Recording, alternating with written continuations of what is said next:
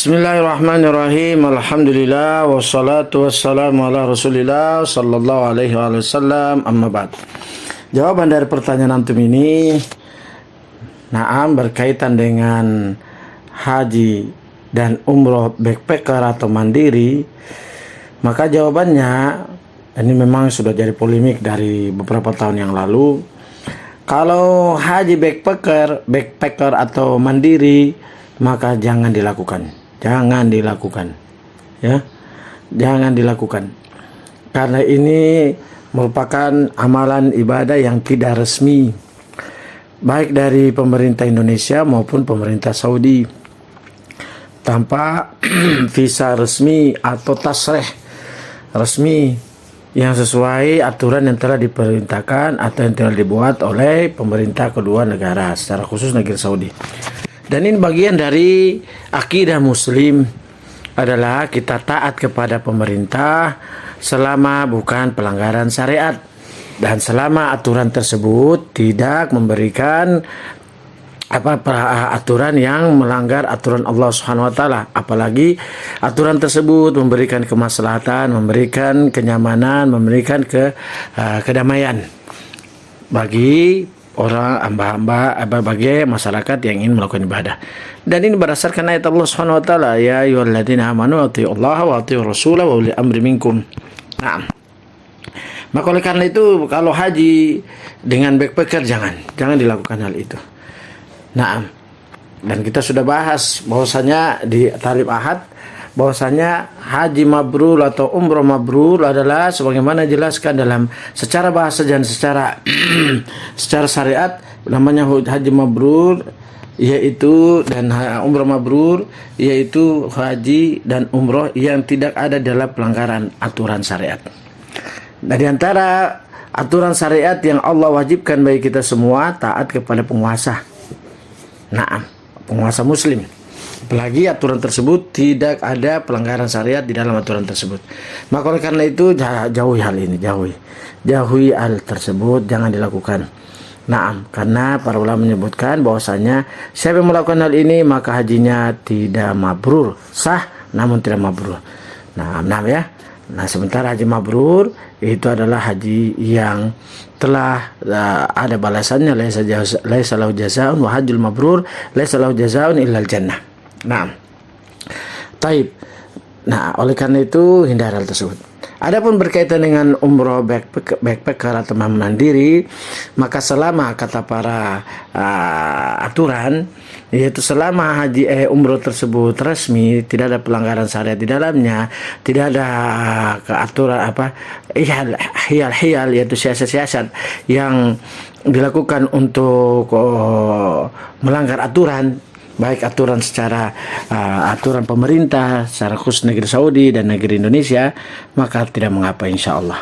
Nah, tidak mengapa hal itu selama tidak ada pelanggaran syariat. Namun jika ada pelanggaran, baik pelanggaran syariat dengan langsung vertikal ke atas atau pelanggaran syariat dalam arti tidak taat kepada aturan yang telah ditetapkan oleh pemerintah kita atau pemerintah Saudi, maka umrohnya tidak mabrur.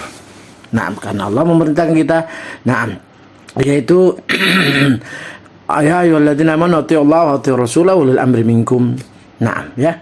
Dalam hadis Rasulullah sallallahu alaihi wasallam mengatakan, man ata'ani faqad ata'ani wa man ata'ani faqad ata'allah. Siapa yang taat kepada pemerintahku, yaitu pemerintah muslim, maka dia telah taat padaku, dan siapa yang telah taat padaku maka dia telah taat kepada Allah Subhanahu wa taala. Menunjukkan apa? Mabrur, insyaallah diberkahi dan balasannya besar sekali. Oleh karena itu dari sini kita dapatkan faedah bahwasanya sebenarnya orang-orang yang melakukan haji backpacker atau umrah backpacker ini sebenarnya tujuan utamanya adalah untuk meminimalkan dana, untuk meminimalkan biaya, karena murah meriah, ya, senang riang gembira. Nah, itu intinya sebenarnya orang-orang yang melakukan secara khusus di negeri kita melakukan umrah dan haji backpacker. Namun mereka harus melihat bagaimana dari sisi syariat. Jangan cuma dari sisi prinsip ekonomi, tapi prinsip syariat juga harus diperhatikan. Nah, dan sebenarnya kalau kita melihat bahwasanya ibadah ini, khususnya ibadah haji dan umroh, ini adalah ibadah yang besar, yang agung, yang tentunya siapa yang mengeluarkan ini adalah ibadah harta dengan fisik, maka balasannya pun besar. Karena semakin besar amalan, sebagaimana dikatakan Imam Syafi'i rahimahullah, semakin besar amalan seseorang, amalan ibadah dalam pelaksanaannya, maka semakin besar pula balasan yang akan diberikan oleh Allah Subhanahu wa taala padanya. Maka oleh karena itu perhatikan dalam ini. Nah, jangan pakai prinsip ekonomi dalam masalah ibadah. Jangan pakai prinsip ekonomi dalam masalah ibadah jika kita mampu, jika kita diberikan kelapangan oleh Allah Subhanahu wa taala. Karena sebagaimana yang kita sudah bahas di taklim ketika membaca kitab Syekh Naam yang berkaitan dengan haji tidak resmi atau tasrih yang tidak resmi, bahwasanya di sana bahwasanya ibadah haji dan umroh ini adalah amalan yang Allah Subhanahu wa taala menjanjikan keutamaan yang besar karena dia adalah ibadah yang besar. Nah, dan sebagaimana dalam hadis perkataan Rasulullah sallallahu alaihi wasallam kepada Aisyah radhiyallahu taala anha, yaitu ketika beliau melakukan umrah setelah hajinya, kata Rasulullah sallallahu alaihi wasallam kepada Aisyah radhiyallahu taala anha, innalaka minal ajri ala qadri nasibika ala qadri nasabika wa nafaqatika. Innalaka minal ajri ala ala qadri nasabiki wa nafaqatiki.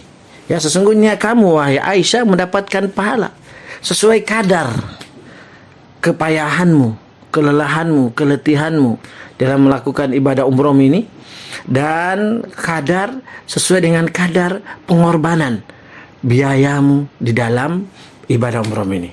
Dan hadis ini disahihkan oleh para ulama rahmatullah alaihim jami'an. Di antaranya Syekh Al-Albani rahimahullah. Jadi menunjukkan bahwasanya pahala yang didapatkan seorang yang melaksanakan haji dan umrah sesuai dengan kadar pengorbanannya, kepayahan, kelihatiannya, dan pengeluarannya. Maka di sini menunjukkan bahwasanya ya akhi fillah, sampaikan pada kaum muslim dan muslimat bahwasanya ibadah yang satu ini jangan kita perhitungan jika kita diberikan kelapangan oleh Allah Subhanahu wa taala, karena Allah Subhanahu wa taala akan memberikan pahala kita yang besar baik di dunia dengan diberikan pahala dan digantikan itu harta di akhirat tentunya dengan keutamaan, kemuliaan, dan keridhaan bahkan surganya Allah Subhanahu wa taala. Nah, oleh karena itu maka kita perhatikan hal ini. Semoga Allah Subhanahu wa taala menjaga kita semua. Nah, maka oleh karena itu hendaklah kita di dalam berkorban untuk ibadah yang satu ini jangan banyak berpikir dengan prinsip ekonomi. Karena sebagaimana yang kita sudah jelaskan bahwasanya kualitas sesuai dengan harga. Jadi kualitas untuk kita mendapatkan keridhaan Allah, kualitas untuk kita mendapatkan kemuliaan dari Allah, kualitas untuk kita mendapatkan penggantian dari Allah Subhanahu wa taala tergantung dari harga apa pengorbanan yang kita berikan, pengorbanan yang kita keluarkan di dalam ibadah yang besar ini. Maka coba kalau kita merhatikan apa hikmahnya pemerintah Saudi membuat hotel-hotel yang besar di depan Masjidil Haram, di depan Masjid Nabawi, hotel-hotel yang besar. Kalau bukan untuk kenyamanan, dan kenyamanan itu tidak mungkin murah. Kenyamanan itu tidak mungkin murah. Maka oleh karena itu kita perhatikan hal tersebut. Apa manfaatnya, apa faedahnya mereka membuat itu. Dan jangan disangka bahwa mereka berbuat itu tanpa ada konsultasi, bimbingan, dan arahan dari para ulama. Jangan dipahami itu. Justru itu ada konsultasi, karena negeri Saudi mereka sangat mendengar terhadap apa yang dijelaskan, dipatwakan oleh Lajnah Daimah, Hay'ah Kibar Ulama, dan seterusnya dan seterusnya. Oleh karena itu ya akhwani fiddin, akhi fillah, barakallahu fiik, sampaikan, sebarkan audio ini kepada saudara-saudara kita kaum muslimin. Kesimpulannya bahwasanya haji backpacker jangan dilakukan. Itu tidak mabrur karena tidak resmi dan ada pelanggaran syariat, tidak taat kepada pemerintah kita dan pemerintah Saudi. Adapun umroh mandiri, maka selama itu tidak pelanggaran syariat dan resmi, maka tidak mengapa insyaallah. Walaupun yang afdol, yang mulia, yaitu jangan berprinsip ekonomi di dalam melakukan ibadah, karena ini ibadah besar, ini ibadah yang tentunya Allah Subhanahu wa taala menjanjikan kita. Karena itu orang pergi sana itu tamu-tamu Allah yang Allah akan menggantikan sesuai kadar pengorbanan, kadar kepayahan, keletihan mereka ketika datang bertamu kepada Allah Subhanahu wa taala. Na'am, wa'tul buyuta min abwabiha wa laysal birru an ta'tul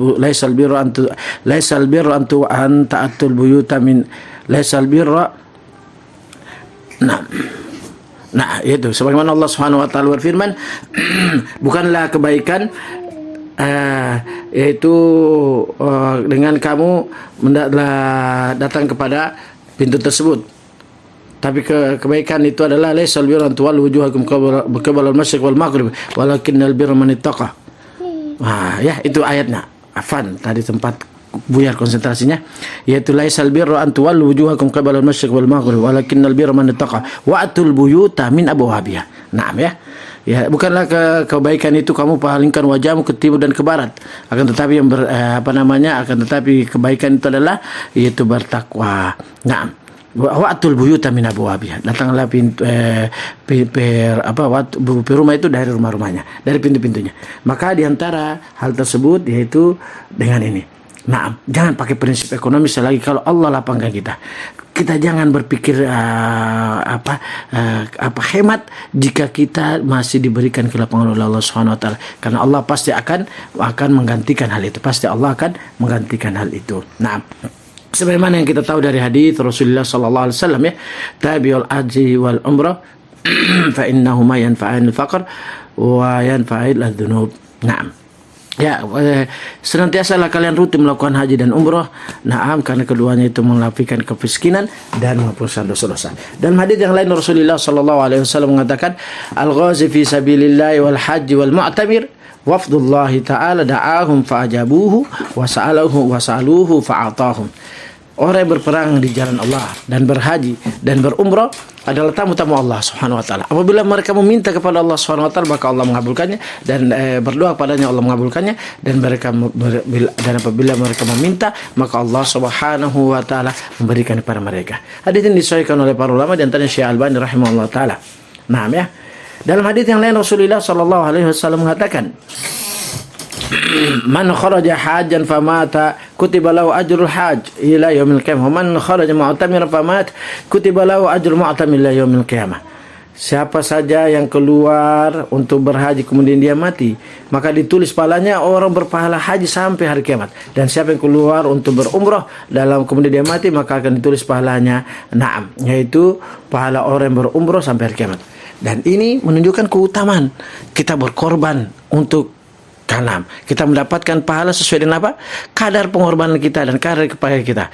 Kalau kita berkorban dalam haji dan umroh dengan prinsip ekonomi, maka kita akan dapatkan juga dengan penghematan, kita akan mendapatkan juga mungkin pahala sesuai dengan penghematan kita. Sebagaimana itu hadis Rasulullah sallallahu alaihi wasallam tadi, innalaki minal ajr ala qadri nasabiki wa nafaqatiki. Kata Rasulullah sallallahu alaihi wasallam kepada Aisyah, sesungguhnya kamu mendapatkan pahala dari umroh ini dan tentunya hajinya, yaitu sesuai dengan kadarmu wahai Aisyah dalam kepayahan dan pengorbanan. Maka kalau kita ingin dapatkan pahala yang besar, maka jangan kita berhemat-hemat dalam hal ini kalau kita diberikan ke lapangan. Naam, kalau kita masih bisa mendapatkan fasilitas yang nyaman, untuk apa kita mencari fasilitas yang ala kadarnya? Kenapa? Karena ini adalah ibadah yang besar di sisi Allah Subhanahu wa taala. Nah, hadis tersebut disahihkan juga oleh Syekh Albani rahimahullah dalam Sahihah. Nah, oleh karena itu berkata Imam para ulama ketika mensarah hadis tersebut, yaitu makna hadis tersebut bahwasanya yaitu di antaranya Imam Sunani rahimahullah mengatakan bahwasanya mereka adalah orang-orang mabrur. Orang-orang mabrur di sisi Allah Subhanahu wa taala, dan mereka akan dimuliakan oleh Allah Subhanahu wa taala. Begitu pula dijelaskan oleh Al-Mubarakfuri rahimahullahu taala bahwasanya mereka adalah orang-orang yang berhaji dan umroh. Maknanya ini adalah orang yang berhaji dan umroh yang mabrur.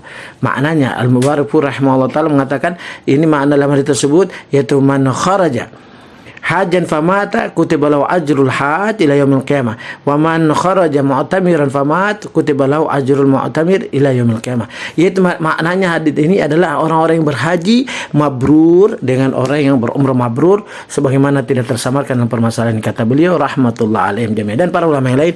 Oleh karena itu afwan saya memperpanjang pertanyaan antum ini, karena ini permasalahan yang jadi polemik yang kita baca di medsos, dan saya juga ada di dalam grup tersebut, grup-grup.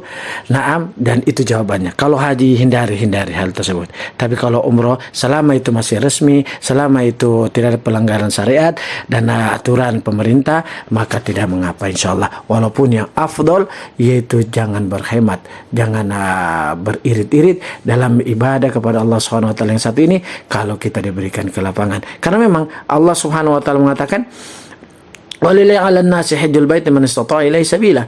Siapa yang bagi Allah punya hak atas hambanya untuk melakukan haji bagi siapa yang mampu melakukan perjalanan padanya, termasuk di umroh. Kalau kita sudah mampu, maka jangan kita beririt-irit. Kalau kita mampu, jangan beririt-irit. Karena itu menunjukkan kita sudah mampu dari sisi finansial, mampu dalam perjalanan, mampu dalam segalanya kenyamanan.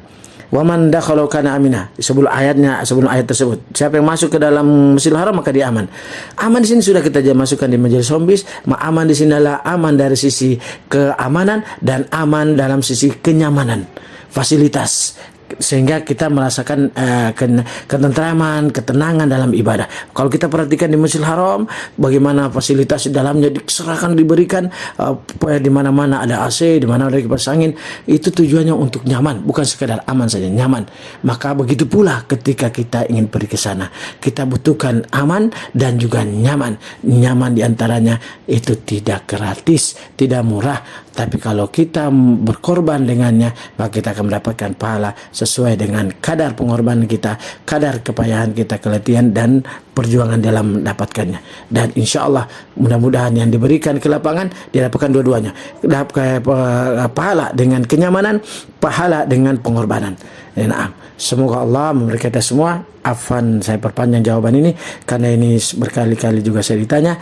Naam, baik dari awam maupun dari ikhwan, semoga memberikan manfaat, semoga pada tempatnya. Wallahu a'lam bishawab. Alhamdulillahirabbil alamin.